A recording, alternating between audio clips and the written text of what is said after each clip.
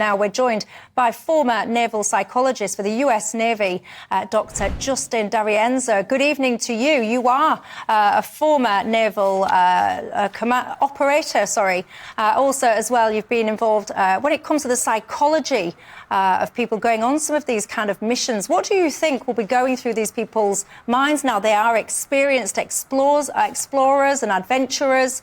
I mean, how do you even try and keep spirits up and keep calm in these situations?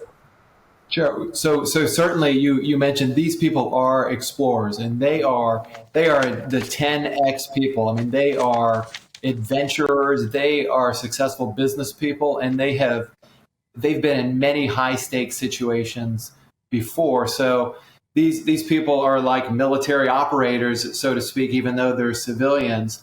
And thank goodness there are the best people looking for them too. So it's my belief that combination of within that formula, there's the greatest chances of survival here. Yeah, and I mean, we're just hearing as well in terms of people there asking those officers that was giving the press update, how can you retain the hope? What hope can you give to the families and the loved ones of these people currently lost at sea? And I think that is a very tricky dynamic, isn't it? Because you don't want to give too much hope, but likewise, you want to make sure that you maintain, enough hope to keep people going. How do you manage that? Sure. So you want to make sure that the families and the friends are maintaining hope with action. And what that means is, the hardest part here is dealing with uncertainty. And how do we deal with uncertainty? Well, we focus on what we can control in our lives. And that means spending time together. That means exercising. That means staying closely in communication with the search and rescue operators too. So we have our thumb on the pulse of what's happening. So that's how people can survive and make the best of this harrowing and very dire situation. But certainly there is hope, and I think that Coast Guard captain, if he is expressing hope, then we should also have hope, because this is an internationally coordinated effort. I mean, with the French Navy, the Canadian military, the U.S. Navy, all the best people are looking for this submersible. Indeed. Okay. Thank you very much for your time. That is just Dr. Justin D'Arienzo there with his thoughts. Also keeping me company right through till 7 o'clock tonight. I've got Lord Daniel Moylan alongside me and political commentator Joe Phillips as well.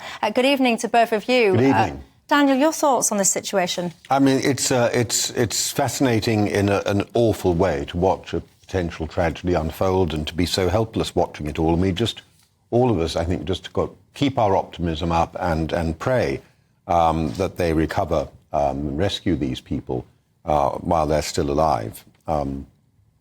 Yeah, I mean, Joe, it is. I mean, the world is gripped. It really is to this. Well, and we've had this before, haven't we, Michelle, with the boys in the cave in Thailand. We've had terrible things like this where sometimes there's been a happy ending, sometimes there hasn't. I'm thinking of the cheeky Rafiki, the boat that capsized in the Atlantic with a very young crew a few years ago. And Philip Hammond, the then Foreign Secretary, was urged to send helicopters out. Yeah, while you're talking, by the way, Joe, I'm just going to be playing on the screen just something that shows some context in terms of the depths that we're talking about, just as you're talking, so carry on. Yeah, and, they searched and they never found anything. And, for the families, it's terrible because you never know what happened. This is, as Daniel says, I mean, there's something grotesquely voyeuristic about us watching it, that it's almost unreal.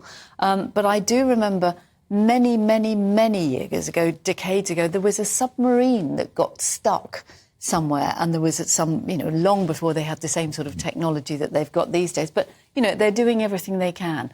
I think, he made it very clear, the person doing the press conference, that you can't read too much into the noises. You might like to think it's SOS, but all it's done is give them somewhere to focus their search on. Yeah, and I'm just showing some context on the screen because the Titanic, the wreck site there, it's 12,500 feet. Just to put this into context, the Statue of Liberty, for example, is 300 5 foot. And you can see some of these landmarks that you're passing on the screen and some of the depths that we're trying to reach in terms of metres.